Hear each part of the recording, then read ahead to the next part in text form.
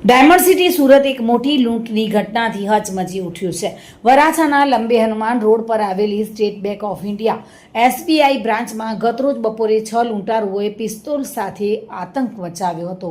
ફિલ્મી સ્ટાઇલમાં આયોજનબદ્ધ રીતે ત્રાટકેલા લૂંટારુઓએ માત્ર 13 મિનિટમાં જ બંદૂકની અણીએ અંદાજે 50 લાખની રોકડ રકમની લૂંટ કરી હતી। બેંકમાં હાજર કર્મચારીઓ અને ગ્રાહકોને બંધક બનાવીને આ ભયાનક લૂંટની ઘટનાને સમગ્ર વિસ્તારમાં દહેશતનો માહોલ પેદા કર્યો છે, જેમાં લૂંટારુઓની ક્રૂરતા જોઈને લોકોના શ્વાસ થંભી ગયા છે।